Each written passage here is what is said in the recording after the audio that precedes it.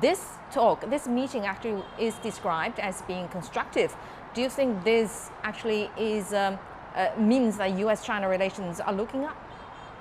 Yes, all right, Dongning. It is considered constructive. We know that, Dongning, the talks came less than a month after a phone call between Chinese President Xi Jinping and his U.S. counterpart Joe Biden to rebuild communication channels and implement the consensus reached between the two leaders, as you said. In the Xi and Biden phone call, the U.S. side expressed the view that it was prepared to have more candid exchanges to avoid miscommunication and unintended conflict. And in the Zurich meeting this time, both sides agreed to continue speaking at a senior level. And Yang said that China has noticed the good relations between the world's two largest economies are beneficial to the two peoples and the world as a whole. And China is opposed to defining the relations between the two nations as a rivalry or competition.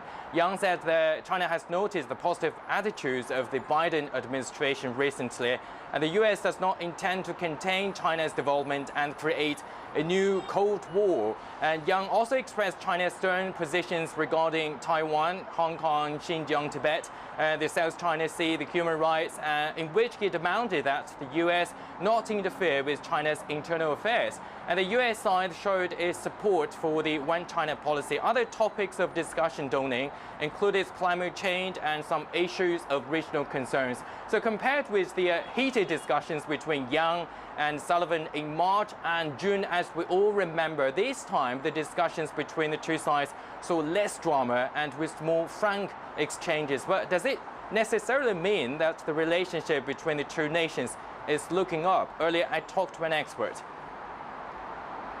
People are wondering if China-U.S. relations are warming up now.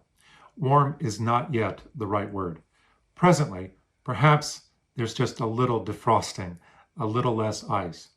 Let's get to the point where we're not on the brink of more conflict. Let's see real progress on normalizing trade.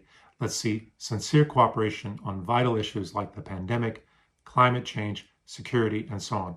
Then let's talk about warmth, if not a new friendship. And Dongning, the meeting comes after U.S. Trade Representative Catherine Tai laid out the White House's China trade policy.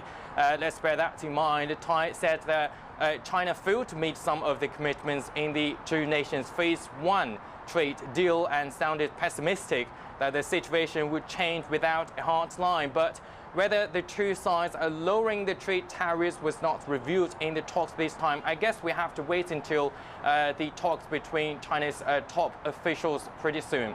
Now back to you, Dongning. All right, thank you very much indeed. Li Jianhua reporting from Beijing.